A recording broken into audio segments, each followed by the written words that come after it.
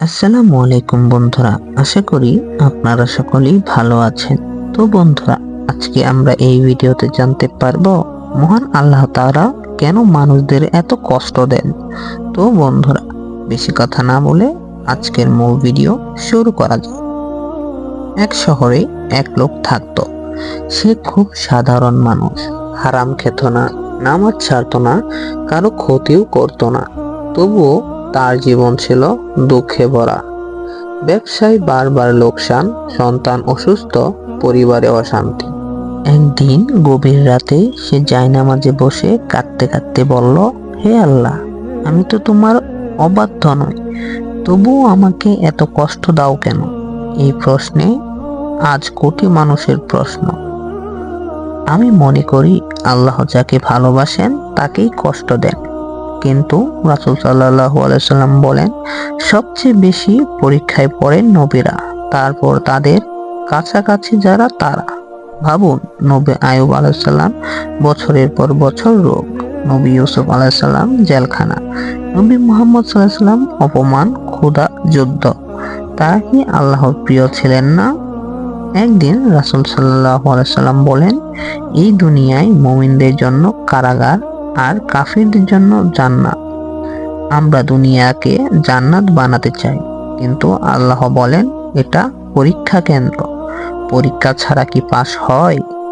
আল্লাহ কখনোই অকারণে কষ্ট দেন না। রাসূল সাল্লাল্লাহু আলাইহি সাল্লাম বলেছেন, একটি কাঁটাও যদি মুমিনকে বিঁধে আল্লাহ তার মাধ্যমে গুনাহ মাফ করে। আমরা গুনাহ দেখতে পাই না, কিন্তু কষ্ট তার দাম। মানুষ সুখে আল্লাহকে ভুলে যায়, কিন্তু কষ্টে চোখের জলে আসে, হাত ওঠায়, অন্তর নরম হয়। কষ্ট না দিলে অনেকে কখনো সিজদায় যেত না। কিছু মর্যাদা আছে যা নামাজ রোজা দিয়েও পাওয়া যায় না। সেই মর্যাদা আসে সবরে। নবী আয়ুব আলাইহিস সালামকে আল্লাহ সুস্থ করলেন, কিন্তু তার আগে তাকে সবির বানালেন। কষ্ট মানে কি আল্লাহ রাগ করেছেন? না, অনেক সময় কষ্ট মানে আল্লাহ তোমাকে ভুলে যাননি। হাদিসে আছে, আল্লাহ যখন কাউকে ভালোবাসেন তাকে পরীক্ষায় ফেলেন। মা যেমন সন্তানকে ইনজেকশন দেয় কাঁদতে কাঁদতে, কিন্তু মেরে ফেলার জন্যই নয়, বাঁচানোর জন্য। অনেক কষ্ট আছে যার রহস্য আমরা জানি না। সূরা কাহাফে, নৌকা ভাঙা হলো বড় জুলুম থেকে বাঁচতে, শিশু হত্যা করা হলো ভবিষ্যৎ ধ্বংস থেকে রক্ষা, দেয়ালে ঠিক করা হলো এতিমদের সম্পদ রক্ষা। আমরা শুধু আজটা দেখি, আল্লাহ দেখেন শেষটা। সবচেয়ে বড় কষ্ট কাদের নেই? ভাবুন, যারা আল্লাহকে মানে না, হারাম করে সুখ আছে, কোনো দুশ্চিন্তা নেই, কিন্তু আল্লাহ কোরআনে বলেন, আমি তাদের ঢিল দিচ্ছি যেন তারা গুনাহে আরো এগিয়ে যায়।